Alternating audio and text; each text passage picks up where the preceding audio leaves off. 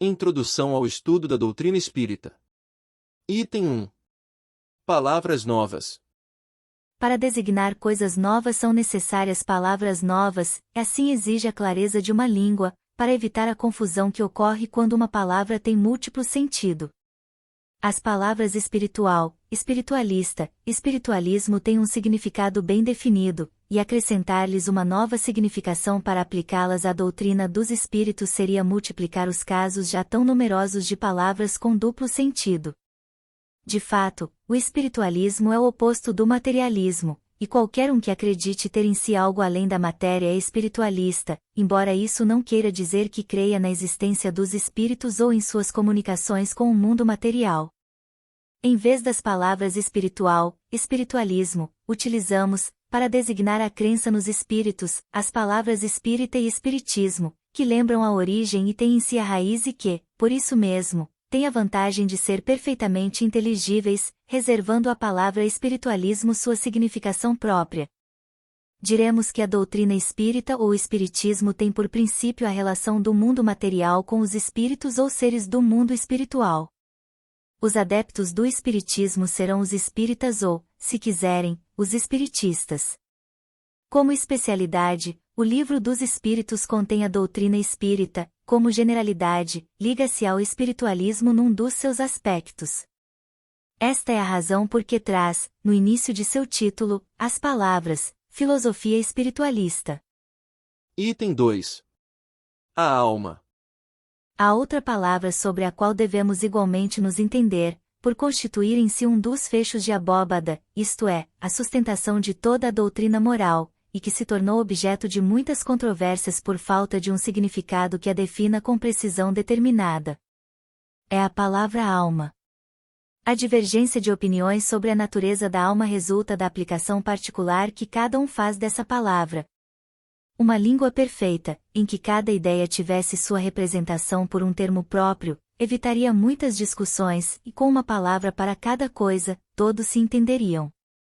Segundo alguns, a alma é o princípio da vida material orgânica, não tem existência própria e termina com a vida, é o materialismo puro. É nesse sentido e por comparação que se diz de um instrumento rachado quando não emite mais som, não tem alma. De acordo com essa opinião, a alma seria um efeito e não uma causa.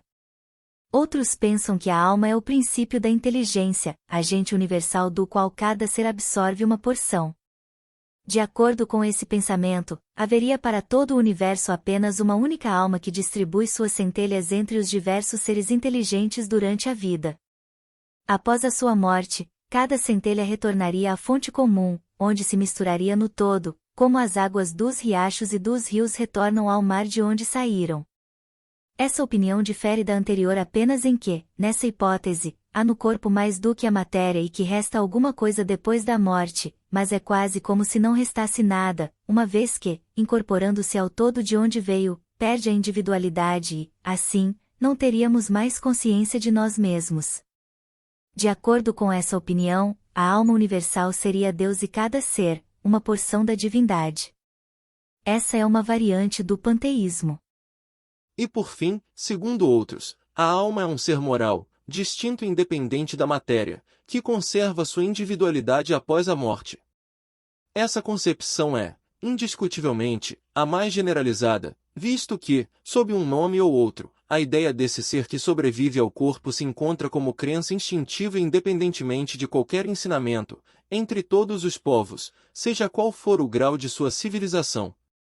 Essa doutrina, segundo a qual a alma é a causa e não o efeito, é a dos espiritualistas. Sem discutir o mérito dessas opiniões, considerando apenas o lado linguístico da questão, diremos que as três aplicações da palavra alma constituem três ideias distintas e que, para serem claramente expressas, cada uma precisaria de um termo diferente. A palavra tem, portanto, uma tríplice significação e cada uma tem razão em seu ponto de vista, na definição que lhe dá. O problema é a língua ter apenas uma palavra para designar três ideias. Para evitar qualquer equívoco, seria preciso aplicar o significado da palavra alma a uma dessas três ideias. Escolher qualquer uma é indiferente, é uma questão de ajuste de opiniões, o importante é que nos entendamos.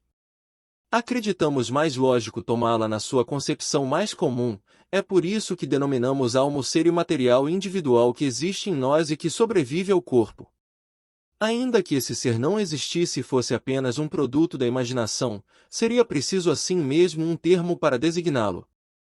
Na falta de uma palavra especial para cada uma das outras duas ideias, denominamos princípio vital o princípio da vida material e orgânica, qualquer que lhe seja a origem, e que é comum a todos os seres vivos, desde as plantas até o homem. Podendo existir vida sem depender da capacidade de pensar, o princípio vital é assim uma propriedade distinta e autônoma. A palavra vitalidade não daria a mesma ideia. Para alguns, o princípio vital é uma propriedade da matéria, um efeito que se produz quando a matéria se encontra em determinadas circunstâncias. Segundo outros, e esta é a ideia mais comum, ele se encontra num fluido especial, universalmente espalhado e do qual cada ser absorve e assimila uma parte durante a vida, como vemos os corpos inertes absorverem a luz.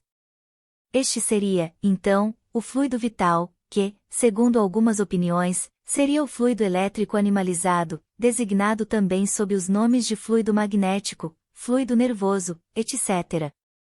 O que quer que ele seja, há um fato que não se poderá contestar, porque é resultante da observação, é que os seres orgânicos têm em si uma força íntima que produz o fenômeno da vida, enquanto essa força dure, que a vida material é comum a todos os seres orgânicos e é independente da inteligência e do pensamento, que a inteligência e o pensamento são capacidades próprias de algumas espécies orgânicas, e que, enfim, entre as espécies orgânicas dotadas de inteligência e de pensamento, há uma que é dotada de um senso moral especial que lhe dá uma incontestável superioridade sobre as outras, é a espécie humana.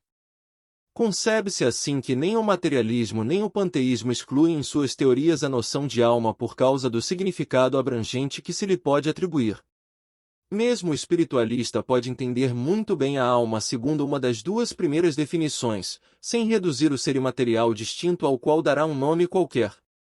Assim, a palavra alma não representa uma ideia única, é um proteu que cada um acomoda a seu gosto, daí a fonte de tantas disputas intermináveis. Ao se utilizar da palavra alma em qualquer dos três casos, teríamos uma ideia clara ao lhe acrescentar um qualificativo que especificasse o ponto de vista a que se refere, ou a aplicação que se faz dela. Seria, então, uma palavra genérica, representando ao mesmo tempo o princípio da vida material, da inteligência e do sentido moral, mas que se diferenciaria por um atributo, como o gás, por exemplo, que se distingue quando lhe acrescentamos as palavras hidrogênio, oxigênio ou azoto.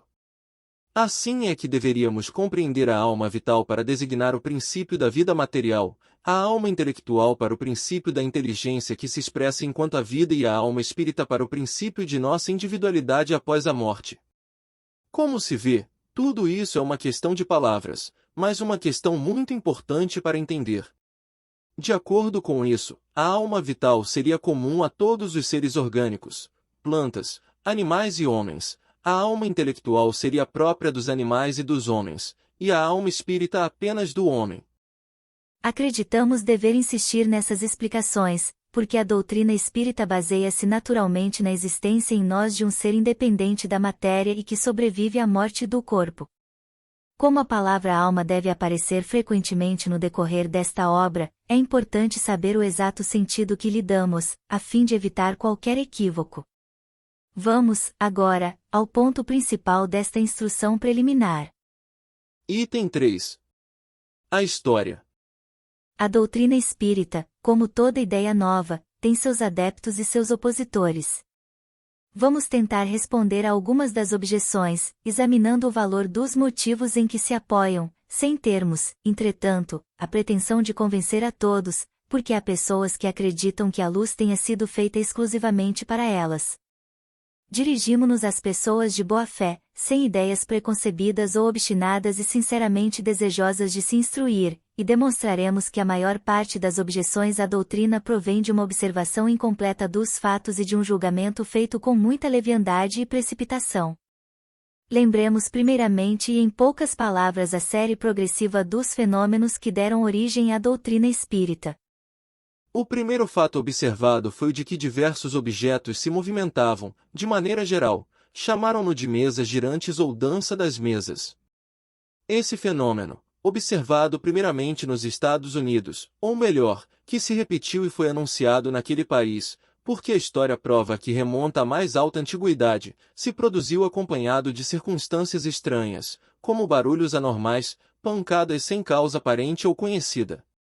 Dos Estados Unidos se propagou rapidamente pela Europa e em seguida por todo o mundo.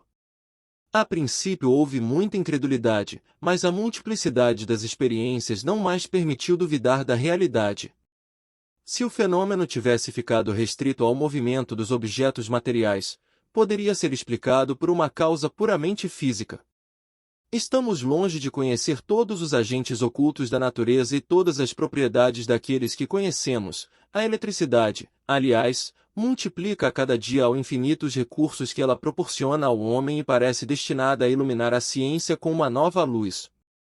Não haveria, portanto, nada de impossível se a eletricidade, modificada por algum fator ou qualquer outro agente desconhecido, fosse a causa desse movimento.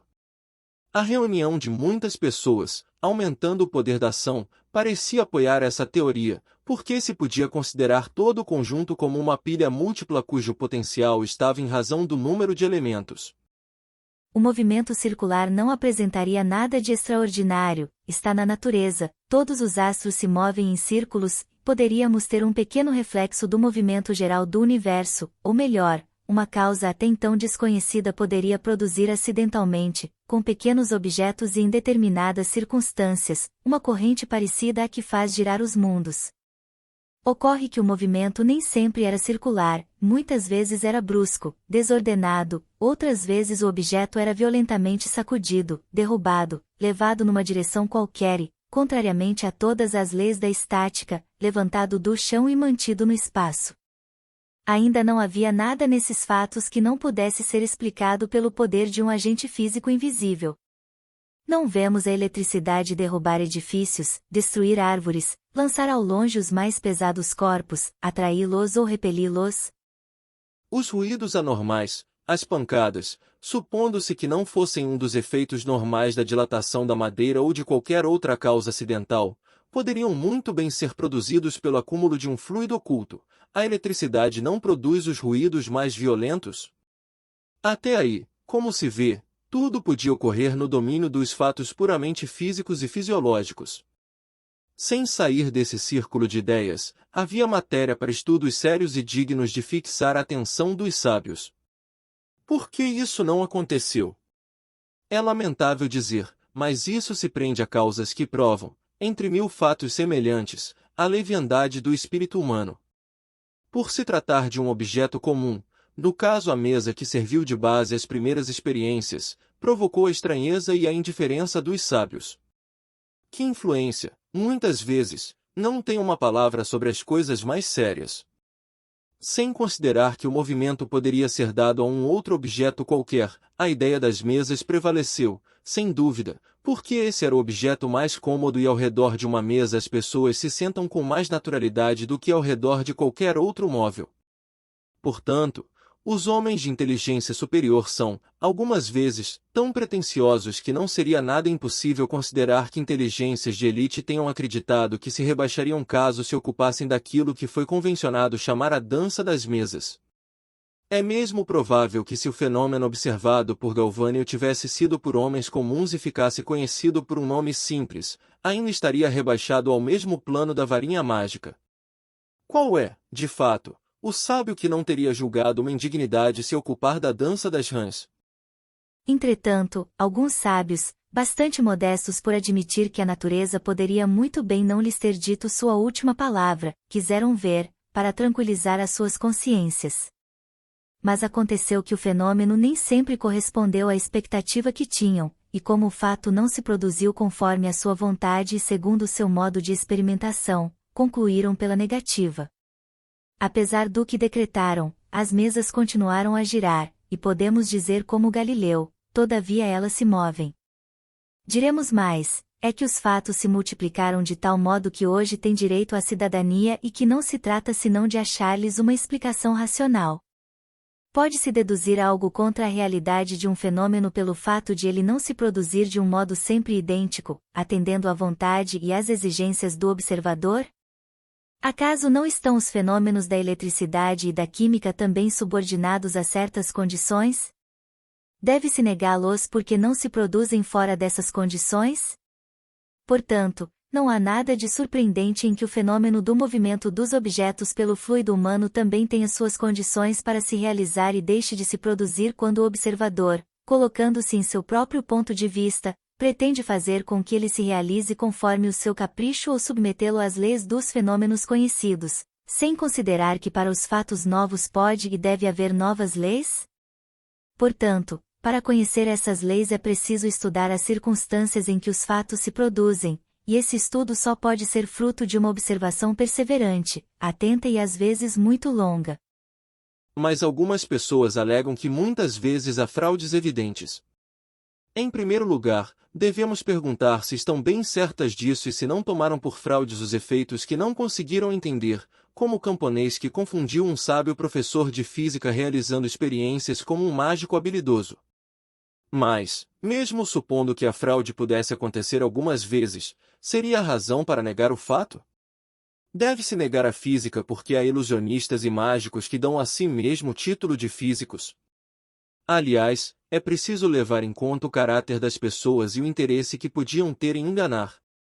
Então seria um gracejo?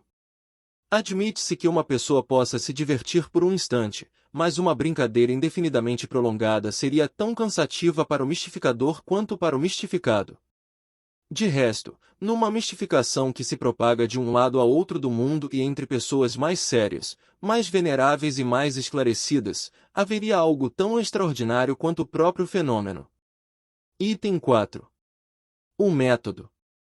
Se os fenômenos de que nos ocupamos ficassem restritos ao movimento dos objetos, estariam dentro, como dissemos, do domínio das ciências físicas. Mas não foi isso que aconteceu. Estavam destinados a nos colocar no caminho de fatos de uma natureza estranha. Acreditou-se descobrir, não sabemos por iniciativa de quem, que a impulsão dada aos objetos não era somente produto de uma força mecânica cega, mas que havia nesse movimento a intervenção de uma causa inteligente. Esse caminho, uma vez aberto, revelou um campo totalmente novo de observações, era o véu levantado de sobre muitos mistérios.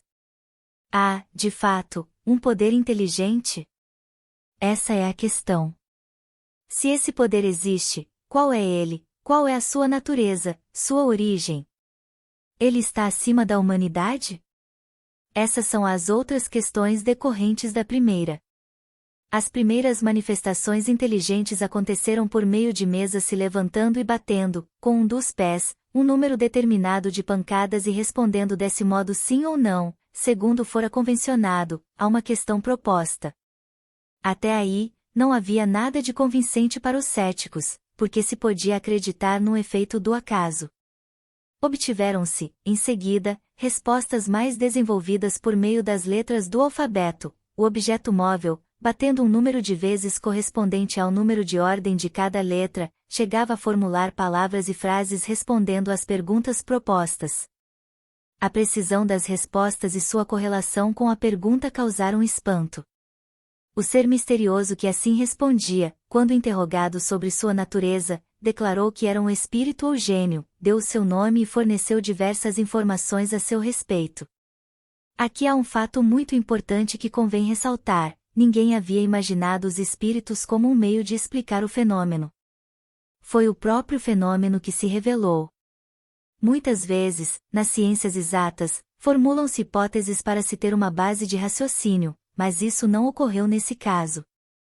Esse meio de comunicação era demorado e incômodo. O espírito, e isso ainda é uma circunstância digna de nota, indicou um outro processo. Foi um desses seres espirituais que ensinou a prender um lápis a um pequeno cesto ou a um outro objeto.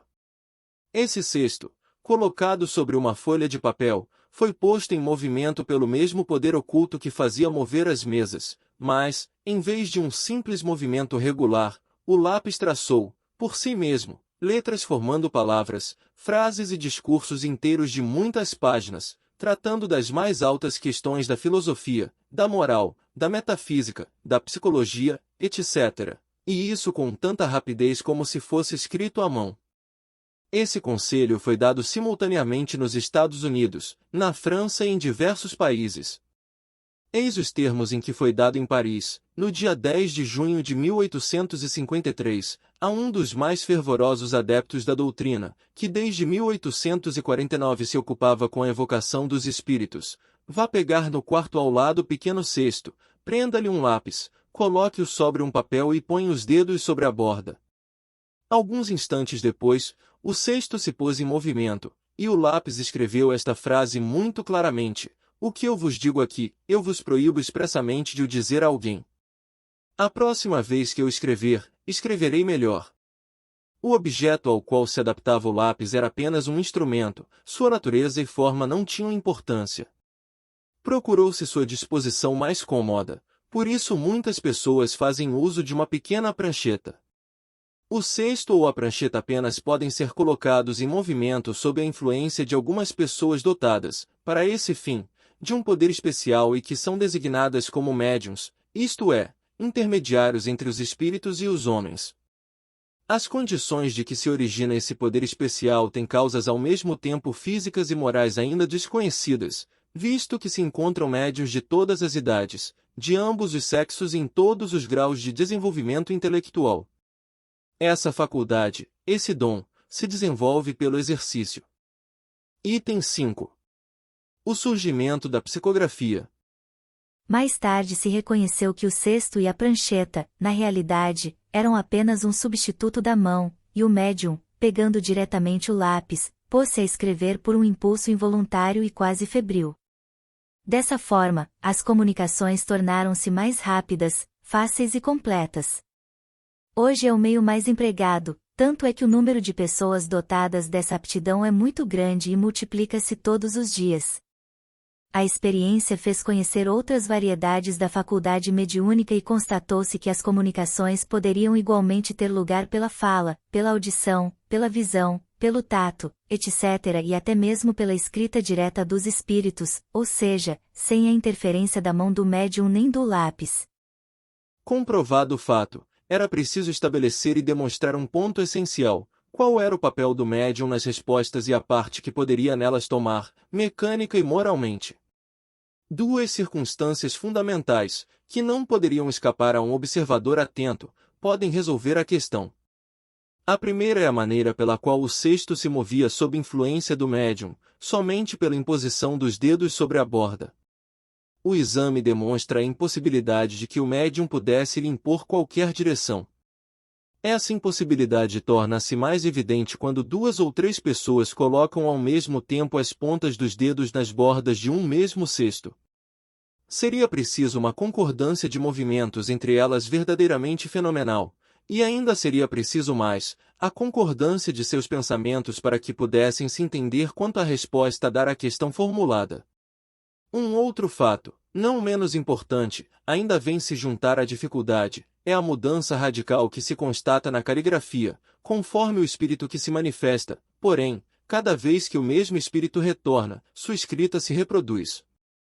Seria preciso, portanto, que o médium fosse capaz de mudar sua própria escrita de 20 maneiras diferentes, principalmente, que pudesse se lembrar da que pertence a este ou aquele espírito. A segunda circunstância resulta da própria natureza das respostas que são, na maioria, principalmente quando se trata de questões abstratas ou científicas, notoriamente fora dos conhecimentos e algumas vezes além da capacidade intelectual do médium, que não tem consciência do que escreve sob influência do espírito. Com frequência, o médium não ouve ou não compreende a questão proposta, uma vez que pode ser feita numa língua que lhe é estranha, ou mesmo mentalmente, e a resposta pode ser dada por escrito ou falada nessa mesma língua. Enfim, acontece que muitas vezes o cesto escreve espontaneamente, sem pergunta prévia, sobre um assunto qualquer e inteiramente inesperado. Essas respostas, em alguns casos, têm uma tal marca de sabedoria, profundidade e oportunidade, revelam pensamentos tão elevados, tão sublimes, que somente podem proceder de uma inteligência superior, fundamentada na mais pura moralidade. Outras vezes, são tão levianas, tão fúteis e até mesmo tão vulgares que a razão se recusa a acreditar que possam proceder de uma mesma fonte. Essa diversidade da linguagem e dos ensinamentos somente se pode explicar pela diversidade das inteligências que se manifestam. Estarão essas inteligências na humanidade ou fora dela? Esse é o ponto a esclarecer, para o qual se encontrará a explicação completa nesta obra, exatamente como foi revelada pelos próprios Espíritos. Eis que os efeitos ou fenômenos evidentes e incontestáveis que se produzem fora do círculo habitual de nossas observações não se processam misteriosamente, mas sim à luz do dia, e todos podem vê-los e constatá-los, porque não são privilégio de um único indivíduo, uma vez que milhares de pessoas os repetem todos os dias à vontade. Esses efeitos têm necessariamente uma causa, e a partir do momento que revelam a ação de uma inteligência e de uma vontade saem do domínio puramente físico. Muitas teorias foram anunciadas a esse respeito. Elas serão examinadas em seguida e veremos se podem fornecer a razão de todos os fatos que se produzem. Admitamos, em princípio, antes de chegar até lá, a existência de seres distintos da humanidade, uma vez que está a explicação fornecida pelas inteligências que se revelam, e vejamos o que nos dizem. Item 6. Resumo dos principais pontos da doutrina espírita. Os seres que se comunicam designam-se a si mesmos, como dissemos, sob o nome de espíritos ou de gênios, tendo pertencido, pelo menos alguns, a homens que viveram na Terra. Eles constituem um mundo espiritual, como nós constituímos, durante nossa vida, um mundo corporal. Resumimos assim, em poucas palavras, os pontos mais importantes da doutrina que eles nos transmitiram, a fim de respondermos mais facilmente a algumas objeções. Deus é eterno, imutável, imaterial, único, todo-poderoso, soberanamente justo e bom. Criou o universo, que compreende todos os seres animados e inanimados, materiais e imateriais. Os seres materiais constituem o mundo visível ou corporal, os seres imateriais, o mundo invisível ou espírita, ou seja, dos espíritos. O mundo espírita é o mundo normal, primitivo, eterno, preexistindo e sobrevivendo a tudo. O mundo corporal é apenas secundário, poderia deixar de existir ou nunca ter existido, sem alterar a essência do mundo espírita. Os espíritos vestem temporariamente um corpo material perecível, cuja destruição pela morte lhes devolve a liberdade. Entre as diferentes espécies de seres corporais, Deus escolheu a espécie humana para a encarnação dos espíritos que atingiram um certo grau de desenvolvimento, o que lhe dá a superioridade moral e intelectual sobre os outros. A alma é um espírito encarnado, sendo o corpo apenas o seu envoltório. Há três coisas no homem. Primeira, o corpo ou ser material semelhante ao dos animais e animado pelo mesmo princípio vital. Segunda, a alma ou ser imaterial, espírito encarnado no corpo. Terceira, o laço que une a alma ao corpo, princípio intermediário entre a matéria e o espírito. Assim, o homem tem duas naturezas. Pelo corpo participa da natureza dos animais, dos quais tem os instintos, pela alma participa da natureza dos espíritos. O laço ou perispírito que une o corpo e o espírito é uma espécie de envoltório semimaterial. A morte é a destruição do envoltório mais grosseiro. O espírito conserva o segundo, que constitui para ele um corpo etéreo, invisível para nós no estado normal, mas que pode tornar-se algumas vezes visível e mesmo tangível, como ocorre no fenômeno das aparições. O espírito não é, portanto, um ser abstrato, indefinido, que somente o pensamento pode conceber, é um ser real, definido, que, em alguns casos, pode ser reconhecido, avaliado pelos sentidos da visão, da audição e do tato. Os espíritos pertencem a diferentes classes e não são iguais em poder, inteligência, saber e nem em moralidade. Os da primeira ordem são os espíritos superiores, que se distinguem dos outros por sua perfeição, seus conhecimentos, sua proximidade de Deus, pela pureza de seus sentimentos e seu amor ao bem, são os anjos ou espíritos puros. Os das outras classes não atingiram ainda essa perfeição, os das classes inferiores são inclinados à maioria das nossas paixões, ao ódio, à inveja, ao ciúme, ao orgulho, etc. Eles se satisfazem no mal, entre eles aos que não são nem muito bons nem muito maus, são mais trapaceiros e importunos do que maus, a malícia e a irresponsabilidade parecem ser sua diversão, são os espíritos desajuizados ou levianos. Os espíritos não pertencem perpetuamente à mesma ordem. Todos melhoram ao passar pelos diferentes graus da hierarquia espírita. Esse progresso ocorre pela encarnação, que é imposta a alguns como expiação e a outros como missão. A vida material é uma prova que devem suportar várias vezes, até que tenham atingido a perfeição absoluta. É uma espécie de exame severo ou de depuração, de onde saem mais ou menos purificados. Ao deixar o corpo, a alma retorna ao mundo dos espíritos, de onde havia saído, para recomeçar uma nova existência material, depois de um período mais ou menos longo, durante o qual permanece no estado de espírito errante. O espírito deve passar por várias encarnações. Disso resulta que todos nós tivemos muitas existências e que ainda teremos outras que, aos poucos, nos aperfeiçoarão, seja na Terra, seja em outros mundos. A encarnação dos espíritos se dá sempre na espécie humana, seria um erro acreditar que a alma ou o espírito pudesse encarnar no corpo de um animal. As diferentes existências corporais do espírito são sempre progressivas e o espírito nunca retrocede, mas o tempo necessário para progredir depende dos esforços de cada um para chegar à perfeição. As qualidades da alma, isto é, as qualidades morais, são as do espírito que está encarnado em nós, e desse modo, o homem de bem é a encarnação do bom espírito, e o homem perverso é de um espírito impuro. A alma tinha sua individualidade antes de sua encarnação e a conserva depois que se separa do corpo. Na sua reentrada no mundo dos espíritos, a alma reencontra todos aqueles que conheceu na Terra e todas as suas existências anteriores desfilam na sua memória com a lembrança de todo o bem e de todo o mal que fez. O espírito, quando encarnado, está sob a influência da matéria. O homem que supera essa influência pela elevação e pela depuração de sua alma aproxima-se dos bons espíritos, com os quais estará um dia.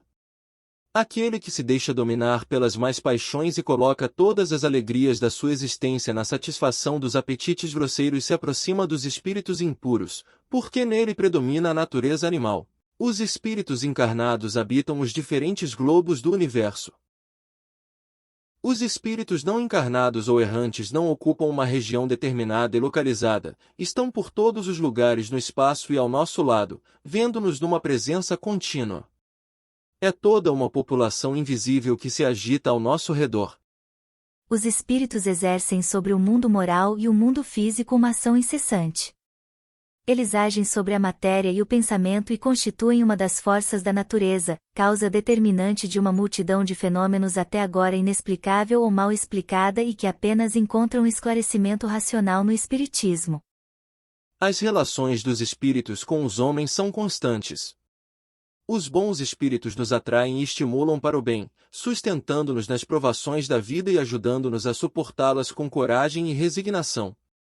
Os maus nos sugestionam para o mal, é um prazer para eles nos ver fracassar e nos assemelharmos a eles. As comunicações dos espíritos com os homens são ocultas ou ostensivas. As comunicações ocultas ocorrem pela influência boa ou má que exercem sobre nós sem o sabermos, cabe ao nosso julgamento discernir as boas das más inspirações. As comunicações ostensivas ocorrem por meio da escrita, da palavra ou outras manifestações materiais, muitas vezes por médiuns que lhes servem de instrumento. Os espíritos se manifestam espontaneamente ou por evocação.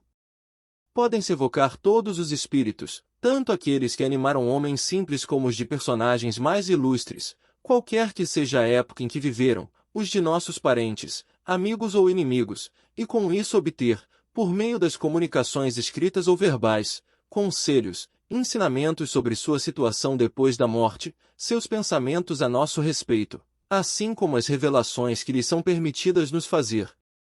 Os espíritos são atraídos em razão de sua simpatia pela natureza moral do ambiente em que são evocados. Os espíritos superiores se satisfazem com reuniões sérias em que dominam o amor pelo bem e o desejo sincero de receber instrução e aperfeiçoamento. A sua presença afasta os espíritos inferiores que, caso contrário, encontrariam aí livre acesso e poderiam agir com toda a liberdade entre as pessoas levianas ou guiadas somente pela curiosidade. Em todos os lugares onde se encontram maus instintos, longe de obter bons conselhos, ensinamentos úteis, devem-se esperar apenas futilidades, mentiras, gracejos de mau gosto ou mistificações, visto que, frequentemente, eles tomam emprestado nomes veneráveis para melhor induzir ao erro. Distinguir os bons dos maus espíritos é extremamente fácil. A linguagem dos espíritos superiores é constantemente digna, nobre, repleta da mais alta moralidade, livre de toda paixão inferior, seus conselhos exaltam a sabedoria mais pura e sempre têm por objetivo nosso aperfeiçoamento e o bem da humanidade. A linguagem dos espíritos inferiores, ao contrário, é inconsequente, muitas vezes banal e até mesmo grosseira, se por vezes dizem coisas boas e verdadeiras, dizem na maioria das vezes coisas falsas e absurdas por malícia ou por ignorância. Zombam da credulidade e se divertem à custa daqueles que os interrogam ao incentivar a vaidade, alimentando seus desejos com falsas esperanças. Em resumo, as comunicações sérias, no verdadeiro sentido da palavra, apenas acontecem nos centros sérios, cujos membros estão unidos por uma íntima comunhão de pensamentos, visando ao bem. A moral dos espíritos superiores se resume, como a de Cristo, neste ensinamento evangélico: fazer aos outros o que quereríamos que os outros nos fizessem, ou seja, fazer o bem e não o mal. O homem encontra neste princípio a regra universal de conduta, mesmo para as suas menores ações. Eles nos ensinam que o egoísmo, o orgulho e a sensualidade são paixões que nos aproximam da natureza animal, prendendo-nos à matéria, que o homem que se desliga da matéria já neste mundo, desprezando as futilidades mundanas e amando o próximo, se aproxima da natureza espiritual, que cada um de nós deve se tornar útil segundo as capacidades e os meios que Deus nos colocou nas mãos para nos provar que o forte e o poderoso devem apoio e proteção ao fraco, pois aquele que abusa de sua força e de seu poder para oprimir seu semelhante transgride a lei de Deus. Enfim, ensinam que no mundo dos espíritos nada pode ser escondido, o hipócrita será desmascarado e todas as suas baixezas descobertas, que a presença inevitável, em todos os instantes, daqueles com quem agimos mal é um dos castigos que nos estão reservados, que ao estado de inferioridade e de superioridade dos espíritos equivalem punições e prazeres que desconhecemos na terra. Mas também nos ensinam que não há faltas imperdoáveis que não possam ser apagadas pela expiação. Pela reencarnação, nas sucessivas existências, mediante os seus esforços e desejos de melhoria no caminho do progresso, o homem avança sempre e alcança a perfeição, que é a sua destinação final. Este é o resumo da doutrina espírita, resultante do ensinamento dado pelos espíritos superiores. Vejamos agora as objeções que lhe fazem. Item 7. A doutrina espírita e a ciência. Para muitas pessoas, a oposição de cientistas, se não é uma prova, é pelo menos uma forte opinião contrária. Não somos dos que se levantam contra os sábios, porque não queremos que digam que nós os insultamos, nós os temos, ao contrário, em grande estima e ficaríamos muito honrados de estar entre eles. Porém, suas opiniões não podem ser em todas as circunstâncias um julgamento irrevogável. Quando a ciência sai da observação material dos fatos e procura apreciar e explicar esses fatos, o campo está aberto às hipóteses e às suposições, cada um defende seu pequeno sistema na intenção de fazê-lo prevalecer e o sustenta com firmeza. Não vemos todos os dias as opiniões mais divergentes alternativamente acatadas e rejeitadas, repelidas como erros absurdos, ou proclamadas como verdades incontestáveis? Os fatos, eis o verdadeiro critério de nossos julgamentos, o argumento incontestável. Na ausência de fatos, a dúvida é a opinião sábia e prudente. Para as coisas de conhecimento de todos, a opinião dos sábios deve ser respeitada, e com razão, porque sabem mais e melhor do que a maioria das pessoas comuns, mas na questão de novos princípios, de coisas desconhecidas, sua maneira de ver é sempre e apenas uma suposição, porque não estão mais do que quaisquer outros livres de preconceitos. Direi até mesmo que o sábio talvez tenha mais preconceitos, porque uma tendência natural leva-o a submeter tudo ao ponto de vista em que se especializou. O matemático apenas vê a prova numa demonstração algébrica, o químico relaciona tudo à ação dos elementos, etc. Todo homem que se dedica a uma especialização subordina a ela todas as suas ideias. Fora do seu campo, Muitas vezes se perderá, por querer submeter tudo ao seu modo de ver, é uma consequência da fraqueza humana. Consultarei, de bom grado e com toda a confiança, um químico sobre uma questão de análise de uma substância, um físico sobre a energia elétrica, um mecânico sobre a força motriz, mas eles me permitirão, sem que isso desmereça o respeito que sua especialização merece, considerar suas opiniões negativas sobre o espiritismo idênticas ao conceito de um arquiteto sobre uma questão de música. As ciências gerais se apoiam nas propriedades da matéria, que pode ser manipulada e experimentada à vontade. Os fenômenos espíritas se fundamentam na ação das inteligências que têm vontade própria e nos provam a cada instante que não estão à disposição dos nossos caprichos. As observações, em vista disso, não podem ser feitas da mesma maneira, requerem condições diferenciadas, especiais e um outro ponto de partida. Querer submetê-las aos nossos processos comuns de investigação é querer estabelecer e forçar semelhanças que não existem.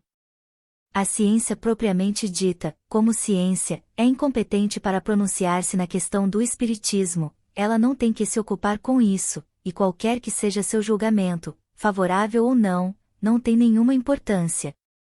O espiritismo pode vir a ser uma convicção pessoal que os sábios possam ter como indivíduos, sem considerar a sua qualidade de sábios, isto é, a sua especialização e o seu saber científico. Contudo, querer conceder a questão à ciência equivaleria a decidir a existência da alma por uma assembleia de físicos ou astrônomos. De fato, o espiritismo está inteiramente fundamentado na existência da alma e na sua situação depois da morte e, contudo, é extremamente ilógico pensar que um homem deve ser um grande psicólogo porque é um grande matemático ou um grande anatomista. O anatomista, ao dissecar o corpo humano, procura a alma, e como o seu bisturi não a encontra, como encontra um nervo, ou porque não a vê sair volátil como um gás, conclui que ela não existe. Porque se coloca sob um ponto de vista exclusivamente material resultará que ele tenha razão contra a opinião universal? Não. Vemos, portanto, que o espiritismo não é da competência da ciência. Quando a crença espírita estiver bastante difundida, quando for aceita pelas massas, e, a se julgar pela rapidez com que se propaga, esse tempo não está longe, acontecerá com o espiritismo que ocorre com todas as ideias novas que encontraram oposição, os sábios irão se render à evidência. Chegarão a ela por si sós e pela força das coisas. Até lá, é inoportuno desviá-los de seus trabalhos especiais, para obrigá-los a se ocupar de uma coisa estranha ao seu mundo, que não está nem nas suas atribuições, nem nos seus programas. Enquanto isso não ocorre, aqueles que, sem um estudo prévio e aprofundado da matéria, se pronunciam pela negativa e zombam de todos os que não estão de acordo com a sua opinião, esquecem que o mesmo ocorreu com a maior parte das grandes descobertas que honram a humanidade. Eles se expõem a ver seus nomes incluídos na extensa lista dos ilustres contestadores das ideias novas inscritos ao lado dos membros da erudita Assembleia que, em 1752, acolheu com zombaria e muitos risos o relatório de Franklin sobre os para-raios, julgando indigno de figurar ao lado das comunicações que eram apreciadas, e desse outro que fez a França perder o benefício da iniciativa do motor a vapor, declarando que o sistema de Fulton era um sonho irrealizável. Entretanto, essas eram questões da sua competência. Se essas assembleias, que contavam em seu seio com a elite dos sábios do mundo, apenas tiveram a zombaria e o sarcasmo por ideias que não compreendiam e que alguns anos mais tarde deveriam revolucionar a ciência, os costumes e a indústria, como esperar que uma questão estranha aos seus trabalhos obtenha melhor acolhimento? Esses erros lamentáveis de alguns homens de comprovada sabedoria, indignos de sua memória, não tiraram dos sábios os títulos com que, em outros campos de ação, se fazem respeitar. Mas acaso é necessário um diploma oficial para se ter bom senso, e fora das poltronas acadêmicas somente a tolos e imbecis?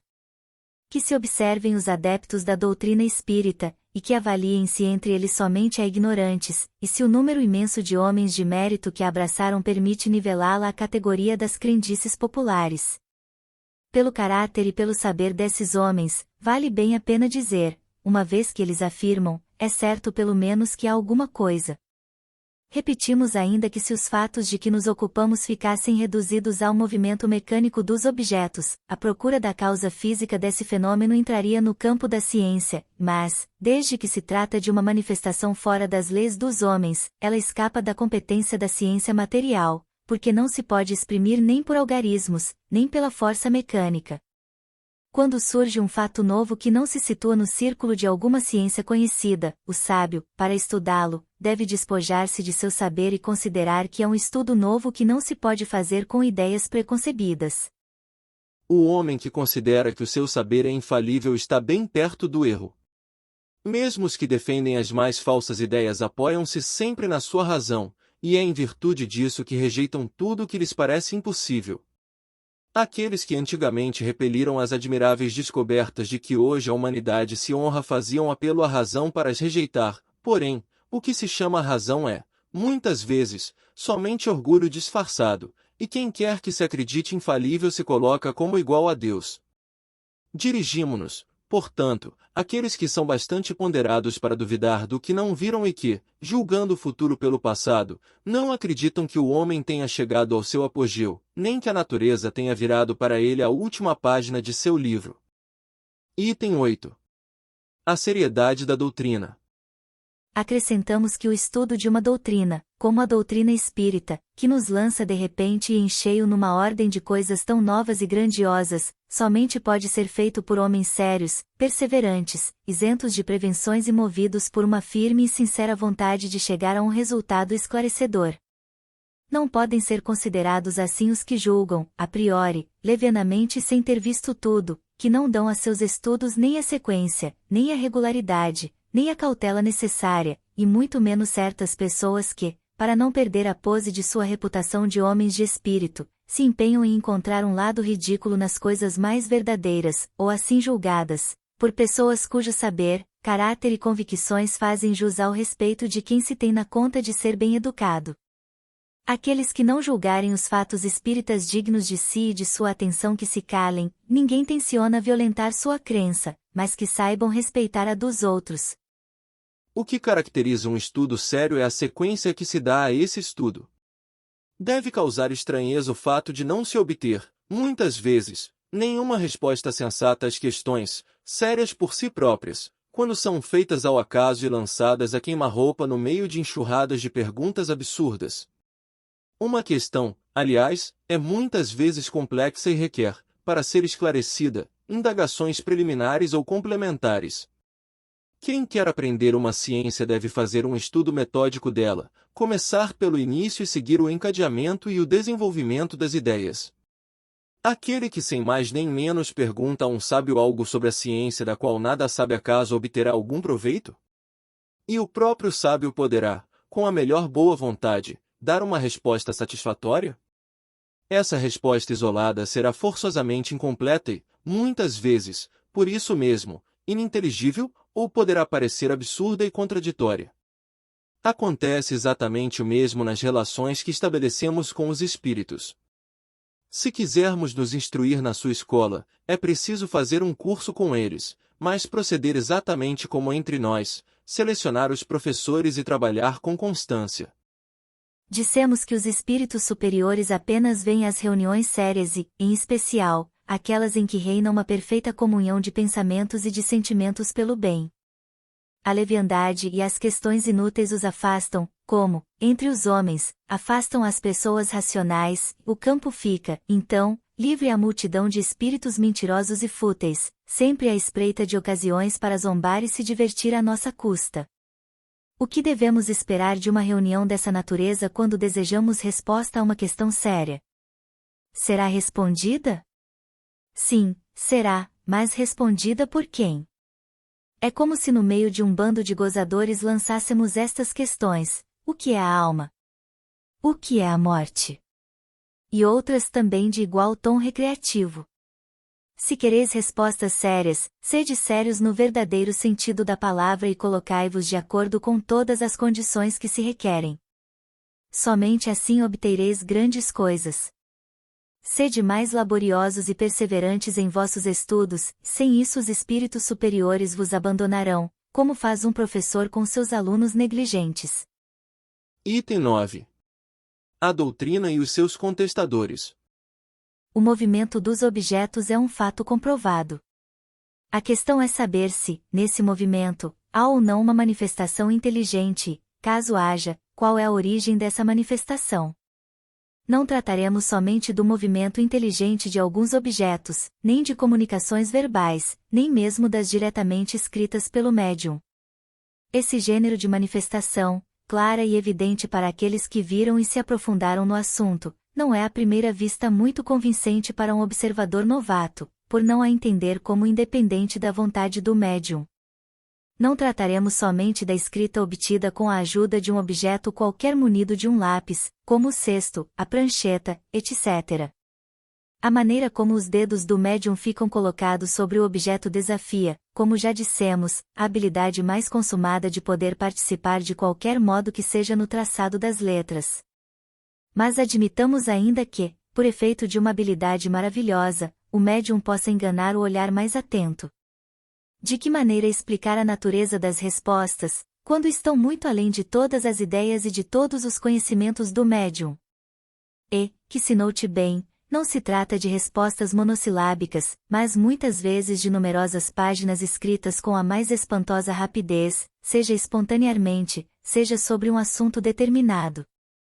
Pela mão do médium, mais alheio e avesso à literatura, nascem, algumas vezes, poesias de uma sublimidade e pureza irrepreensíveis, que os melhores poetas se dignariam em assinar. O que acrescenta ainda mais estranheza a esses fatos é que acontecem em todos os lugares, e que os médiuns se multiplicam ao infinito. Esses fatos são reais ou não? Para isso, apenas temos uma resposta: vede e observai, ocasiões não faltarão, mas observai repetidamente, por um período e obedecendo às condições determinadas. Diante da evidência, o que respondem os opositores? Sois, dizem, vítimas do charlatanismo ou joguete de uma ilusão. Diremos, primeiramente, que é preciso separar a ideia de charlatanismo de onde não há lucro, os charlatães não fazem seu trabalho de graça. Isso seria, então, uma mistificação.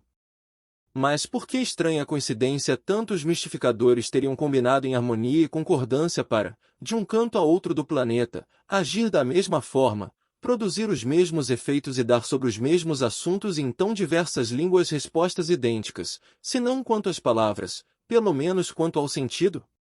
E o que levaria pessoas sérias, honradas, instruídas a se prestar a semelhantes artimanhas e com que objetivo? Como encontrar entre as crianças a paciência e a habilidade necessárias para esse fim? Porque, se esses médiuns não são instrumentos passivos, será preciso reconhecer neles habilidade e conhecimentos incompatíveis com a idade infantil e com certas posições sociais.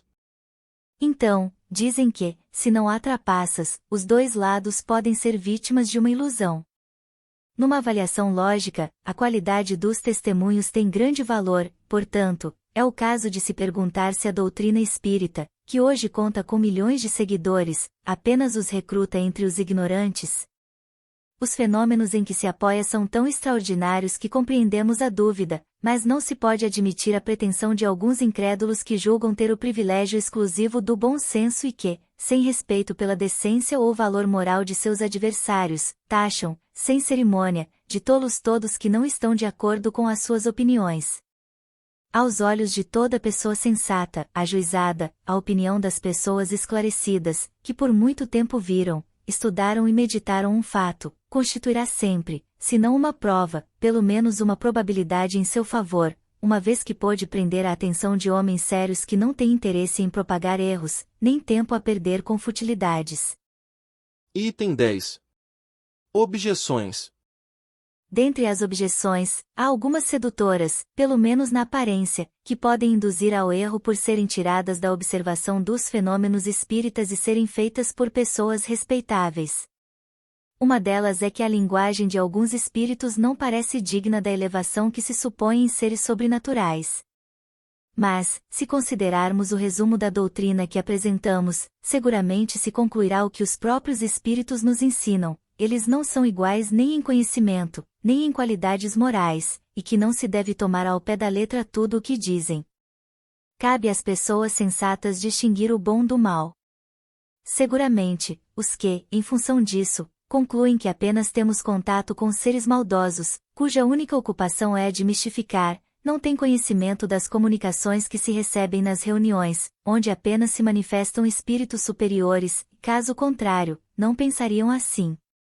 É lastimável que a casualidade os tenha levado a ver apenas o lado mal do mundo espírita, pois é difícil imaginar que por uma tendência de simpatia tenham atraído para si espíritos maus, mentirosos ou aqueles cuja linguagem é revoltante de tão grosseira, em vez dos bons espíritos. No máximo, poderíamos concluir que a solidez dos princípios dos opositores da doutrina espírita não é bastante poderosa para afastar o mal e que, encontrando um certo prazer em satisfazer sua curiosidade, os maus espíritos aproveitam a oportunidade para se introduzir entre eles, enquanto os bons se afastam. Julgar a questão dos espíritos por esses fatos seria tão pouco lógico quanto julgar o caráter de um povo pelo que se diz e se faz numa reunião de alguns amalucados ou de pessoas de má fama, e da qual não participam nem os sábios, nem as pessoas sensatas. Essas pessoas se encontram na situação de um estrangeiro que, chegando a uma grande capital pelo mais pobre e feio subúrbio, julgasse todos os habitantes pelos costumes e a linguagem desse bairro ínfimo.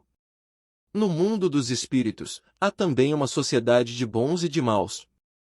Portanto, que os opositores da doutrina estudem bem o que se passa entre os espíritos superiores e ficarão convencidos de que a cidade celeste encerra outra coisa além da ralé do povo, a camada mais baixa da sociedade. Mas, perguntam, os espíritos superiores vêm até nós? A isso respondemos, não fiqueis no subúrbio, vede, observai e julgai. Os fatos estão aí para todos, a menos que sejam a elas que se apliquem essas palavras de Jesus: têm olhos e não veem, ouvidos e não ouvem. Uma variante dessa opinião consiste em ver somente nas comunicações espíritas, e em todos os fenômenos a intervenção de um poder diabólico, novo Proteu que se revestiria de todas as formas para melhor nos enganar.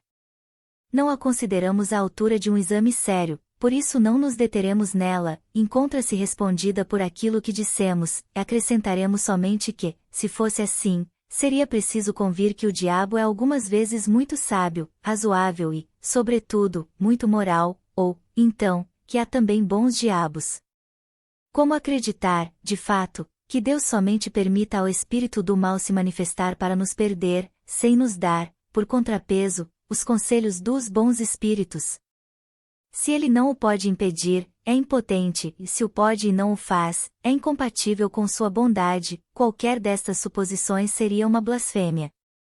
Notai que admitir a comunicação dos maus espíritos é reconhecer em princípio as manifestações e, portanto, a partir do momento que elas existem, isso somente pode acontecer com a permissão de Deus, e como acreditar sem impiedade que ele permita o mal com a exclusão do bem?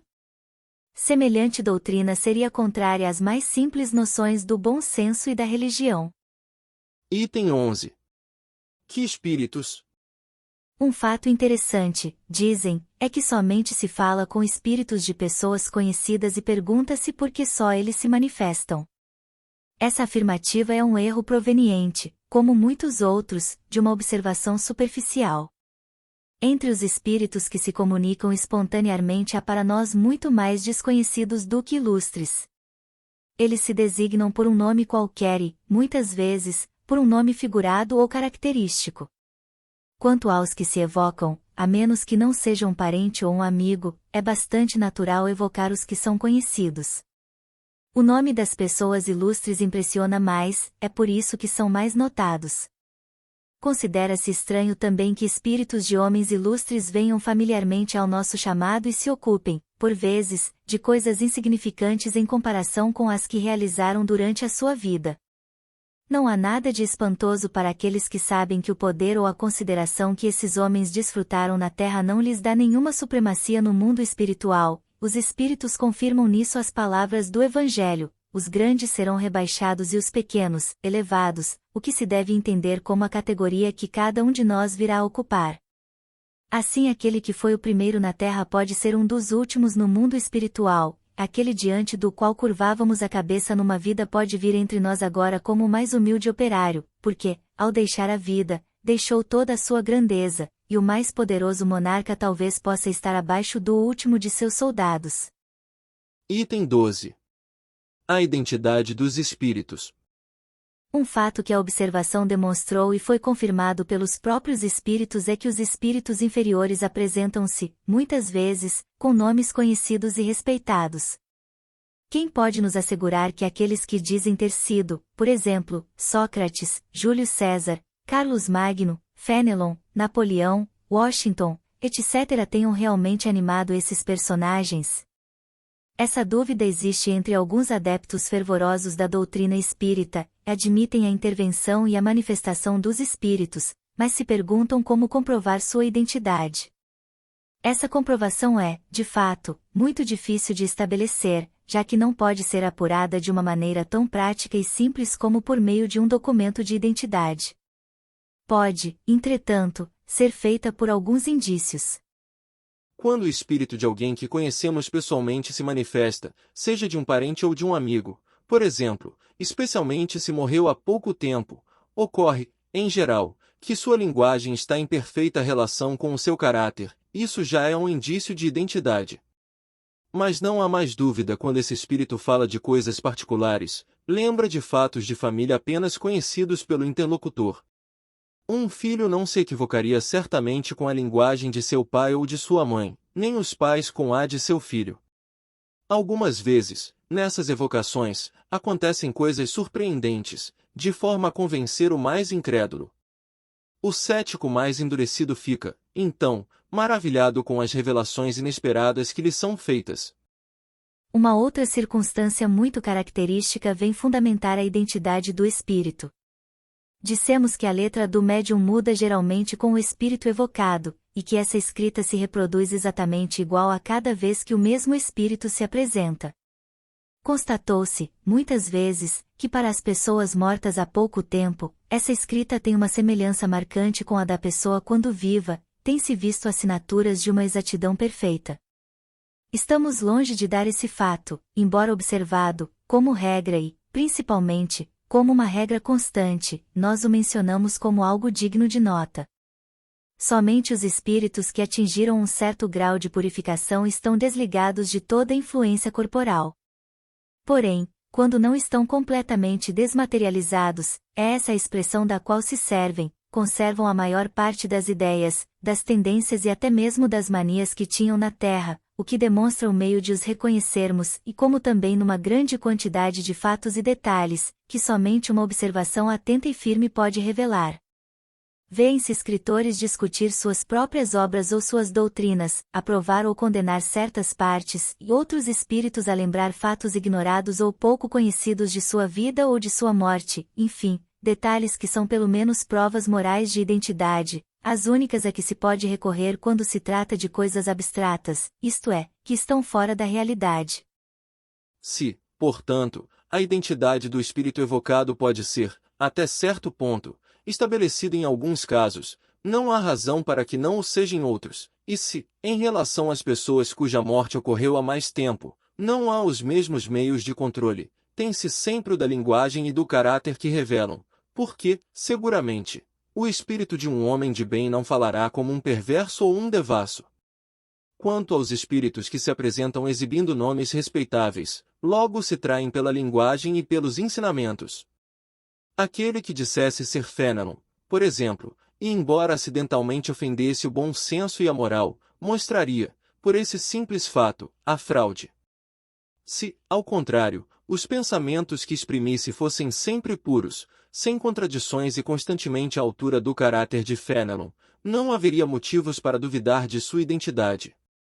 De qualquer maneira, seria preciso supor que um espírito que apenas prega o bem pode conscientemente empregar a mentira, e isso sem utilidade.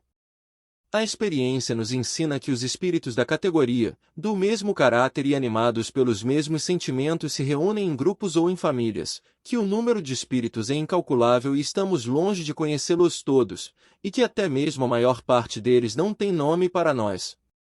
Um espírito da mesma categoria de Fenelon pode vir em seu lugar, muitas vezes, enviado a seu pedido, apresentar-se sob seu nome, pois lhe é idêntico, e substituí-lo, porque precisamos de um nome para fixar nossas ideias.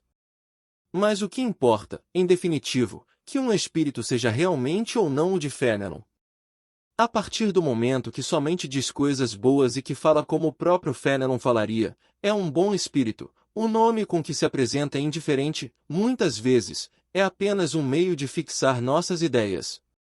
O mesmo não seria admissível nas evocações dos familiares, mas aí, como dissemos, a identidade pode ser estabelecida por provas de alguma forma evidentes. Contudo, é certo que a substituição dos espíritos pode ocasionar uma série de enganos e resultar em erros e, muitas vezes, em mistificações. Essa é uma dificuldade do espiritismo prático. Mas nunca dissemos que fosse algo fácil, nem que se pudesse aprendê-lo brincando, como não se faz com qualquer outra ciência. Nunca será demais repetir que ele pede um estudo assíduo e, frequentemente, bastante prolongado. Não podendo provocar os fatos, é preciso esperar que se apresentem por si mesmos e, frequentemente, são conduzidos por circunstâncias com as quais nem ao menos se sonha. Para o observador atento e paciente, os fatos se produzem e então ele descobre milhares de detalhes característicos que representam fachos de luz. É assim também nas ciências comuns, enquanto o homem superficial vê numa flor apenas uma forma elegante, o sábio descobre nela tesouros para o pensamento. Item 13. Contradições entre os espíritos. As observações nos levam a dizer algumas palavras a respeito de uma outra dificuldade, a da divergência na linguagem dos espíritos. Como os espíritos são muito diferentes uns dos outros nos conhecimentos e na moralidade, é evidente que a mesma questão pode ser por eles explicada com sentidos opostos, conforme a categoria que ocupam, como se ela fosse proposta, entre os homens, ora um sábio, ora a um ignorante ou a um gracejador de mau gosto. O ponto essencial, já o dissemos, é saber a quem se dirige. Mas, dizem os críticos, como se explica que os espíritos reconhecidos por seres superiores não estejam sempre de acordo? Diremos, primeiramente, que além da causa que acabamos de assinalar há outras que podem exercer uma certa influência sobre a natureza das respostas, independentemente da qualidade dos espíritos. Este é um ponto importante cuja explicação somente será dada pelo estudo. É por isso que dizemos que esses estudos requerem uma atenção firme, uma observação profunda e, principalmente, como em todas as ciências humanas, continuidade e perseverança. São necessários anos para fazer um médico medíocre, 3/4 da vida para fazer um sábio, como pretender, em algumas horas, adquirir a ciência do infinito? Portanto, não nos enganemos. O estudo do Espiritismo é imenso, toca em todas as questões da metafísica e da ordem social, é todo um mundo que se abre diante de nós. Será de espantar que seja preciso tempo, e muito tempo, para o adquirir? A contradição, aliás, não é sempre tão evidente quanto pode parecer. Não vemos, todos os dias, homens que, ensinando a mesma ciência, divergem quanto à definição de uma coisa, seja ao empregar termos diferentes, seja ao encará-la sob um outro ponto de vista, ainda que a ideia fundamental permaneça a mesma? Que se conte, se possível, o número de definições que foram dadas pela gramática.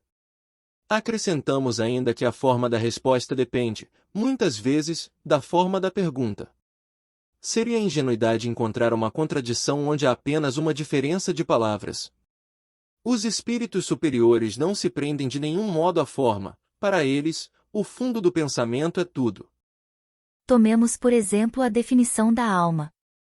Por essa palavra comportar várias significações, os espíritos podem, assim como nós, divergir na definição que lhe dão. Um poderá dizer que é o princípio da vida, e um outro, chamá-la de centelha anímica, e um terceiro, dizer que é interna, e um quarto, que é externa, etc., e todos terão razão em seu ponto de vista. Poderíamos até mesmo acreditar que alguns deles, em vista da sua definição, ensinassem teorias materialistas e, entretanto, não é assim. Ocorre o mesmo em relação a Deus. Ele será o princípio de todas as coisas, o Criador do universo, a soberana inteligência, o infinito, o grande Espírito, etc., etc. e decisivamente será sempre Deus. Citamos, por fim, a classificação dos espíritos. Eles formam uma escala contínua desde o grau inferior até o superior, portanto, a classificação não é rígida, um poderia estabelecer 3 classes e um outro, 5, 10 ou 20, à vontade, sem estar, por isso, em erro. Também as ciências humanas nos oferecem o exemplo: cada sábio tem o seu sistema, os sistemas mudam, mas a ciência não. Que se aprenda a botânica pelo sistema de Linneu, de Jussieu ou de Tournefort e não será menos botânica. Deixemos de dar, portanto, às coisas de pura convenção mais importância do que merecem, para nos ocupar daquilo que é verdadeiramente sério, e a reflexão nos fará descobrir, muitas vezes, naquilo que parece mais contraditório, uma semelhança que nos havia escapado à primeira vista. Item 14. Maneiras e métodos. Erros de ortografia. Não nos deteríamos sobre a objeção de alguns críticos às falhas de ortografia de alguns espíritos, se ela não nos permitisse fazer, sobre o fato, uma observação essencial. A ortografia deles, é preciso dizer, nem sempre é impecável, mas é necessário não ter mais nenhum argumento para fazer disso objeto de uma crítica séria, alegando que, uma vez que os espíritos sabem tudo, devem saber ortografia. Poderíamos apontar numerosos pecados desse gênero cometidos por mais de um sábio da terra, o que não lhes tira em nada o mérito. Entretanto, há nesse fato uma questão mais importante: para os espíritos e principalmente para os espíritos superiores, a ideia é tudo, a forma não é nada. Desligados da matéria, sua linguagem é rápida como o pensamento, uma vez que é o próprio pensamento que se comunica sem intermediário, e em vista disso, devem sentir-se constrangidos, pouco à vontade, quando são obrigados, para se comunicar conosco, a se servir de formas longas e confusas da linguagem humana, agravadas pela insuficiência e imperfeição dessa linguagem para exprimir todas as ideias, é o que eles próprios dizem. É curioso também ver os meios que empregam para atenuar esse inconveniente. Certamente faríamos o mesmo se tivéssemos que nos exprimir numa língua mais longa em palavras e expressões e mais pobre do que aquela que nos é usual. É um embaraço que experimenta o homem de gênio, como podemos imaginar, se impacientando com a lentidão de sua caneta, que está sempre atrás de seu pensamento. Concebe-se, por essa razão, que os espíritos deem pouca importância ao detalhe da pobreza das regras ortográficas, quando se trata especialmente de um ensinamento sério. Já não é maravilhoso, aliás, que eles se exprimam indiferentemente em todas as línguas e as compreendam todas? Entretanto, não devemos concluir que a correção convencional da linguagem lhes seja desconhecida, eles a observam quando necessário. É assim, por exemplo, que a poesia ditada por eles, muitas vezes, desafia a crítica mais meticulosa, e isso apesar da ignorância do médium. Item 15. A loucura e o espiritismo. Há também pessoas que veem perigo em todos os lugares e em tudo o que não conhecem e rapidamente apontam uma consequência desfavorável no fato de algumas pessoas, ao estudar a doutrina espírita, terem perdido a razão. Como é que homens de bom senso podem ver nesse fato uma objeção séria? Não ocorre o mesmo com todas as preocupações intelectuais sobre um cérebro fraco? Sabe-se lá o número de loucos e maníacos produzidos pelos estudos matemáticos, médicos, musicais, filosóficos e outros? É preciso, por causa disso, banir esses estudos? O que prova esse fato?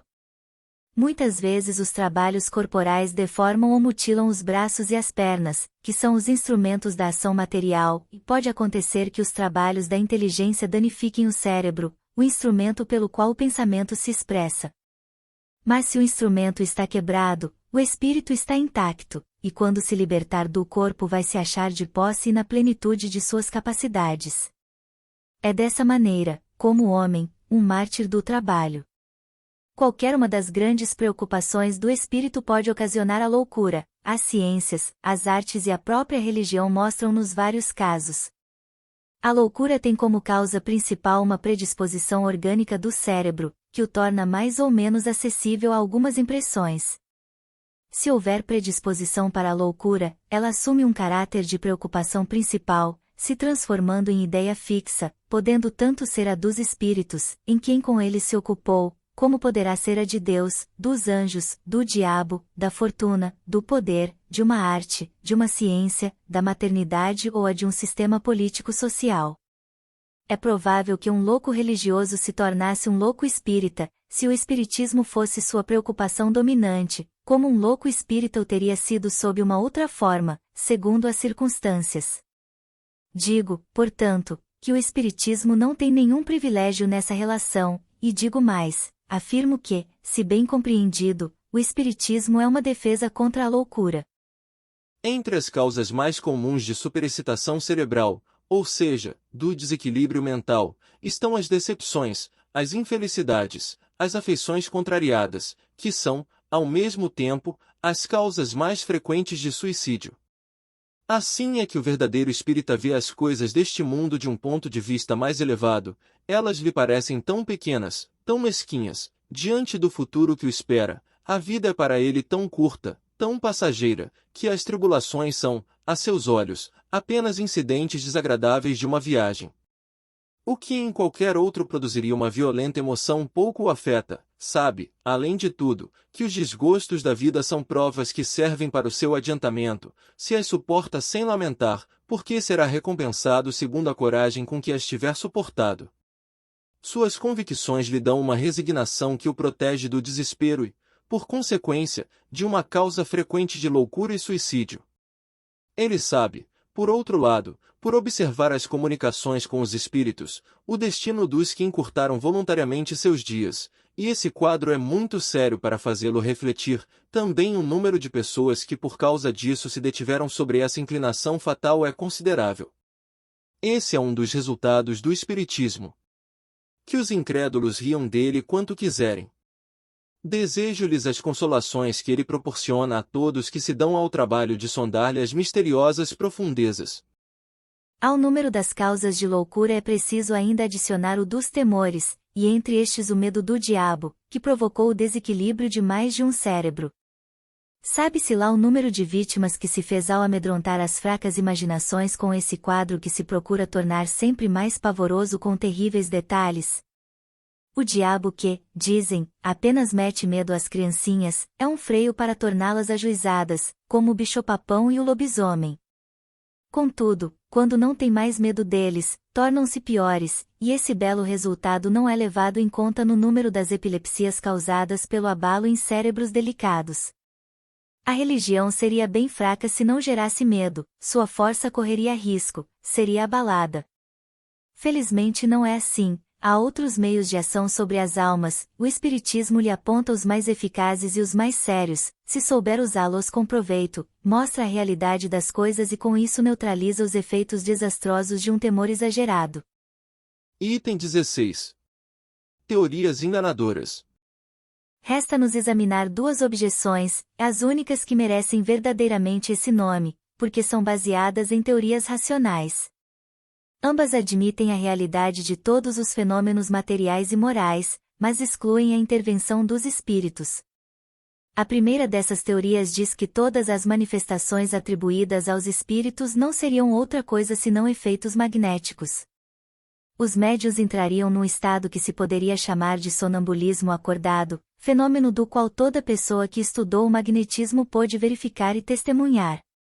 Nesse estado, as capacidades intelectuais adquirem um desenvolvimento anormal, o círculo das percepções intuitivas se estende além dos limites de nossa concepção normal. Dessa maneira, o médium tiraria de si mesmo e por efeito de sua lucidez tudo o que diz e todas as noções que transmite, mesmo sobre assuntos que lhe são completamente desconhecidos quando se acha no seu estado normal. Não seremos nós que contestaremos a força do sonambulismo, do qual vimos os extraordinários fenômenos e os estudamos em todas as fases durante mais de 35 anos. Concordamos, de fato, que muitas manifestações espíritas podem se explicar por ele, mas uma observação paciente e atenta mostra uma multidão de fatos em que a intervenção do médium, a não ser como instrumento passivo, é materialmente impossível. Àqueles que partilham dessa opinião diremos como aos outros: vede e observai, pois seguramente não vistes tudo. Em seguida propomos duas considerações tiradas de sua própria doutrina. De onde veio a teoria espírita? É um sistema imaginado por alguns homens para explicar os fatos? De modo algum. Quem a revelou? Precisamente esses mesmos médiuns dos quais exaltais a lucidez. Se, Portanto, essa lucidez é exatamente como a supondes. Por que teriam eles atribuído aos espíritos o que possuíam em si mesmos? Como dariam esses ensinamentos tão precisos, lógicos e sublimes sobre a natureza dessas inteligências extra-humanas? De duas coisas, uma, ou são lúcidos ou não o são. Se o são e se pode confiar em sua veracidade, não haveria como, sem contradição, admitir que não estão com a verdade. Em segundo lugar, se todos os fenômenos tivessem origem no médium, seriam idênticos no mesmo indivíduo e não se veria a mesma pessoa manifestar-se em linguagens diferentes e exprimir alternativamente as mais polêmicas ideias. Essa falta de unidade nas manifestações obtidas por um mesmo médium prova a diversidade das fontes. Se, portanto, não se pode encontrá-las todas no médium, é preciso procurá-las fora dele. Uma outra opinião diz que o médium é a fonte das manifestações, mas, em vez de as tirar de si mesmo, assim como pretendem os partidários da teoria sonambúlica, as tira do meio ambiente. Assim sendo, o médium seria uma espécie de espelho refletindo todas as ideias, pensamentos e conhecimentos das pessoas que o rodeiam, não diria nada que já não fosse conhecido pelo menos por alguns. Não se poderia negar, e isso é mesmo um princípio da doutrina, a influência exercida pelos assistentes sobre a natureza das manifestações. Porém, essa influência é diferente da que os opositores supõem existir, e daí a ser o médium o eco dos pensamentos daqueles que o rodeiam a uma grande distância, visto que milhares de fatos demonstram indiscutivelmente o contrário.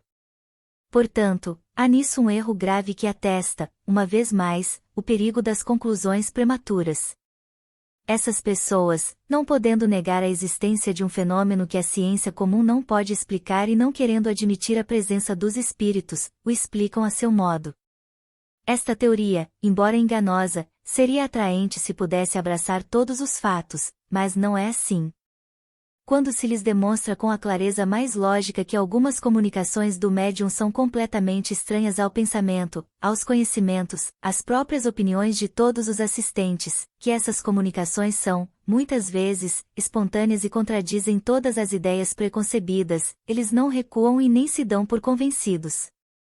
A irradiação, dizem, estende-se muito além do círculo imediato que nos rodeia, o médium é o reflexo de toda a humanidade, de forma que, se não tira suas inspirações das coisas que estão ao seu redor, vai procurá-las fora, na cidade, no país, em todo o globo e mesmo em outras esferas. Não creio que se encontre nessa teoria uma explicação mais simples e mais provável que a do espiritismo, embora revele uma causa bem mais maravilhosa. Porém, a ideia de que seres inteligentes povoam os espaços e que, estando em contato permanente conosco, nos comunicam seus pensamentos, nada tem que choque mais a razão do que se supor que essa irradiação universal vinda de todos os pontos do universo possa concentrar-se no cérebro de um indivíduo. Ainda uma vez, e esse é um ponto importante sobre o qual nunca é demais insistir, tanto a teoria sonambúlica quanto a que se poderia chamar refletiva foram imaginadas por alguns homens, são opiniões individuais criadas para explicar um fato, enquanto a doutrina dos espíritos não é de concepção humana. Foi ditada pelas próprias inteligências que se manifestaram quando ninguém sequer a concebia e que a própria opinião geral a repelia. Portanto, perguntamos, de onde os médiuns foram tirar uma doutrina que não existia no pensamento de ninguém na Terra? E perguntamos mais, por que estranha coincidência milhares de médiuns espalhados por todos os pontos do globo, que nunca se viram, combinaram dizer a mesma coisa? Se o primeiro médium que apareceu na França revelou a influência das mesmas opiniões já aceitas nos Estados Unidos, por que razão teria ido procurar essas ideias a 2000 léguas além dos mares, entre um povo de costumes e linguagem estranhos, em vez de procurá-las ao seu redor? Mas há uma outra particularidade sobre a qual não se tem pensado o suficiente. É que as primeiras manifestações, tanto na França quanto nos Estados Unidos, não ocorreram pela escrita, nem pela fala, mas por pancadas que concordavam com as letras do alfabeto formando palavras e frases. Foi por esse meio que as inteligências que se revelavam declararam ser espíritos. Se pudermos, portanto, supor que haja intervenção do pensamento dos médiuns nas comunicações verbais ou escritas, o mesmo não pode ter ocorrido com as pancadas, cuja significação não poderia ser conhecida com antecedência. Poderíamos citar muitos outros fatos que demonstram, na inteligência que se manifesta, uma individualidade evidente e uma independência absoluta de vontade. Remetemos, entretanto, os discordantes a uma observação mais atenta, e se querem estudar sem prevenção e não concluir antes de terem visto tudo, reconhecerão a fragilidade de sua teoria para explicar os fatos. Nós nos limitaremos a colocar as questões seguintes. Por que a inteligência que se manifesta, seja ela qual for, recusa-se a responder algumas questões sobre assuntos perfeitamente conhecidos, como, por exemplo, sobre o nome ou a idade do interrogador, sobre o que tem na mão, o que fez na véspera e o que fará no dia seguinte, etc. Se o médium é de fato o espelho do pensamento dos assistentes, nada haveria de ser mais fácil do que dar essas respostas. Os adversários retrucam o argumento ao perguntar, por sua vez, porque os espíritos, que devem saber tudo, não podem responder a coisas tão simples, de acordo com o axioma quem pode o mais pode o menos, concluindo, daí, que não são respostas dos espíritos. Se um ignorante ou um zombador se apresenta-se diante de uma assembleia de sábios e perguntasse, por exemplo, por que faz dia em pleno meio-dia, acreditasse que alguém se desse ao trabalho de responder seriamente. Seria razoável por isso concluir, pelo silêncio ou desdém que se desse ao interrogador, que os componentes dessa assembleia são tolos? Portanto, é precisamente porque os espíritos são superiores que não respondem às questões inúteis e ridículas e não querem se pôr em evidência, é por isso que se calam ou dizem se ocupar com coisas mais sérias. Perguntaremos, por fim, por que os espíritos vêm e vão frequentemente num dado momento, e por que, passado esse momento, não há preces nem súplicas que os possam trazer de volta. Se o médium somente agisse como um reflexo do impulso mental dos assistentes, é evidente que, nessa circunstância, o concurso de todas as vontades reunidas deveria estimular sua clarividência. Se não cede ao desejo da assembleia, fortalecido também por sua própria vontade, é porque obedece a uma influência estranha a ele mesmo e aos que estão à sua volta, e que essa influência demonstra, por esse fato, sua independência e sua individualidade. Item 17.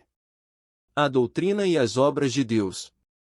A descrença com que se tem referido à doutrina espírita, quando não é o resultado de uma oposição sistemática interesseira, tem quase sempre origem no conhecimento incompleto dos fatos, o que não impede algumas pessoas de abordar e decidir a questão como se a conhecessem perfeitamente. Pode-se ser muito inteligente, ter muita instrução e não se ter bom senso, e portanto, o primeiro indício de falta de discernimento quando se julga é acreditar ser infalível. Muitas pessoas também veem as manifestações espíritas somente como curiosidade, esperamos que pela leitura deste livro elas encontrem nesses extraordinários fenômenos outra coisa além de um simples passatempo. A ciência espírita compreende duas partes, uma experimental, sobre as manifestações em geral, e outra filosófica, sobre as manifestações inteligentes. Todo aquele que somente observou a primeira está na posição de quem conhece a física apenas por experiências recreativas, sem ter penetrado a fundo na ciência. A verdadeira doutrina espírita está no ensinamento dado pelos espíritos, e os conhecimentos que esse ensinamento comporta são muito sérios para serem adquiridos de qualquer outro modo que não seja por um estudo atencioso e contínuo, feito no silêncio e no recolhimento. Porque somente nessa condição pode-se observar um número infinito de fatos e de detalhes que escapam ao observador superficial e permitem firmar uma opinião. Se este livro não tivesse outra finalidade que não fosse mostrar o lado sério da questão e de provocar estudos nesse sentido, para nós já seria bastante honroso e ficaríamos felizes por ter realizado uma obra que não pretendemos, de resto, nos atribuir mérito pessoal, uma vez que seus princípios não são de nossa criação e o seu mérito é inteiramente dos espíritos que a ditaram.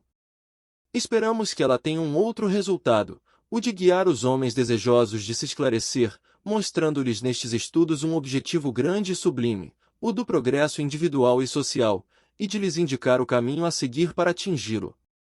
Concluímos com uma última consideração.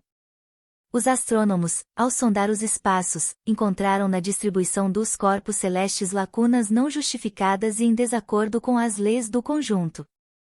Eles supuseram que essas lacunas deveriam estar ocupadas por globos que escapavam à sua observação, mas, ao mesmo tempo, observaram alguns efeitos cuja causa desconheciam e concluíram: aí deve haver um mundo, porque essa lacuna não pode existir e esses efeitos devem ter uma causa.